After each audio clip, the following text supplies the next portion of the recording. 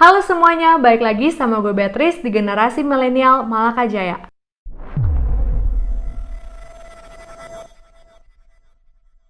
Hari ini gue bakal cerita tentang perumpamaan yang kedua, yaitu kelanjutan dari perumpamaan yang pertama, perumpamaan tentang seorang penabur.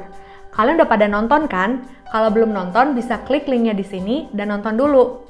Nah, di hari yang sama, Yesus juga menceritakan tentang perumpamaan yang lain, yaitu perumpamaan tentang lalang di antara gandum.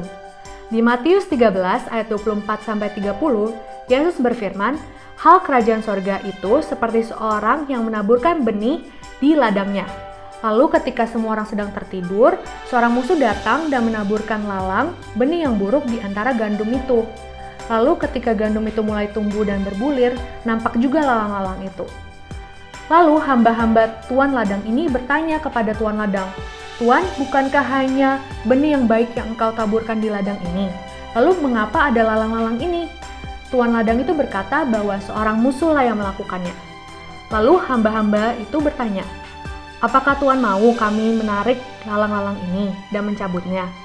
Lalu tuan ladang itu berkata, 'Jangan, sebab ketika kamu menarik lalang-lalang ini, mungkin gandum ini juga akan tercabut. Jadi biarkan mereka tumbuh bersama-sama sampai waktu penuaian. Lalu ketika waktu penuaian, aku akan berkata kepada para penuai untuk mengumpulkan lalang-lalang ini, mengikatnya dan membakarnya, lalu kumpulkan gandum-gandum itu, lalu masukkan ke dalam lumbungku.'" Apa maksud Kristus mengenai perumpamaan ini? Perumpamaan ini mengenai tentang kerajaan Allah, pekerjaannya bagi keselamatan manusia, dan pekerjaan ini dilaksanakan melalui gereja. Benar, Roh Kudus telah datang ke dunia ini untuk berbicara melalui hati manusia. Tetapi melalui gerejalah di mana manusia bisa bertumbuh dan matang dan masuk ke dalam lumbung Allah. Lalu apa maksud Yesus mengenai ladang, tuan ladang, gandum, lalang, dan juga seorang musuh? Kita bahas yuk sama-sama.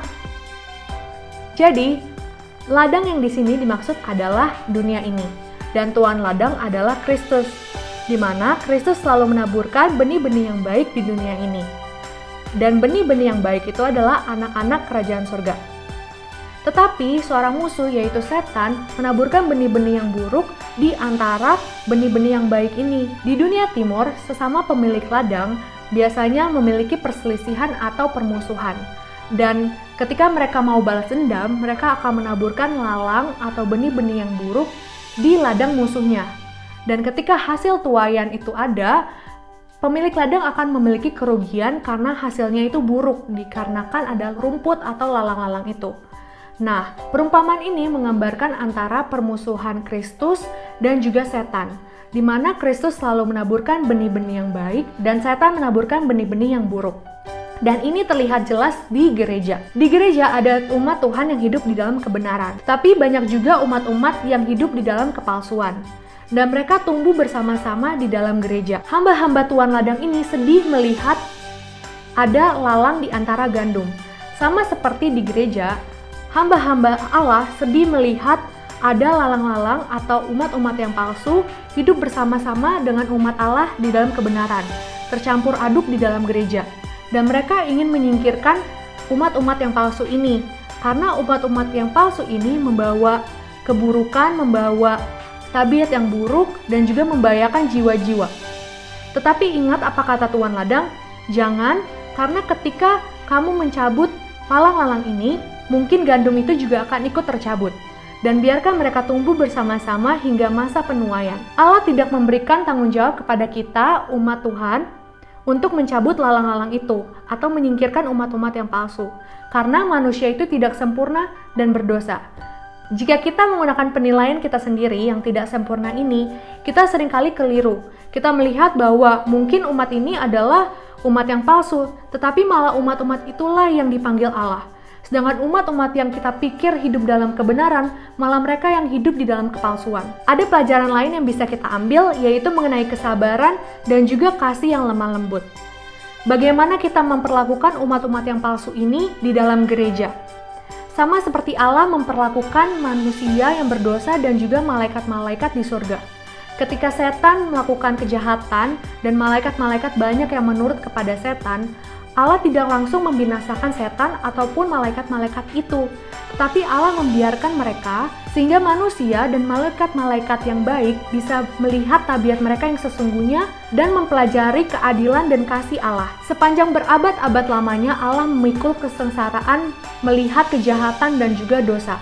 Tetapi Allah sabar dalam menghadapi manusia dan setan. Dan bukankah sebaiknya kita juga sabar memperlakukan umat-umat ini sama seperti Allah sabar memperlakukan kita? Perumpamaan ini bukanlah mengenai tentang tuduhan ataupun saling menghakimi, tetapi bagaimana kita memiliki kerendahan hati dan jangan percaya kepada diri sendiri. Tidak semua benih yang ditaburkan di ladang merupakan biji yang baik. Kenyataan bahwa manusia berada di dalam jemaat tidak membuktikan mereka sebagai umat Allah. Lalang-lalang ini diizinkan bertumbuh di ladang yang sama, mendapatkan air yang sama, mendapatkan matahari yang sama, seperti gandum-gandum ini. Dan mereka tidak terlihat berbeda sampai masa penuaian. Tuan ladang itu sendiri yang akan menentukan mana yang baik dan mana yang buruk.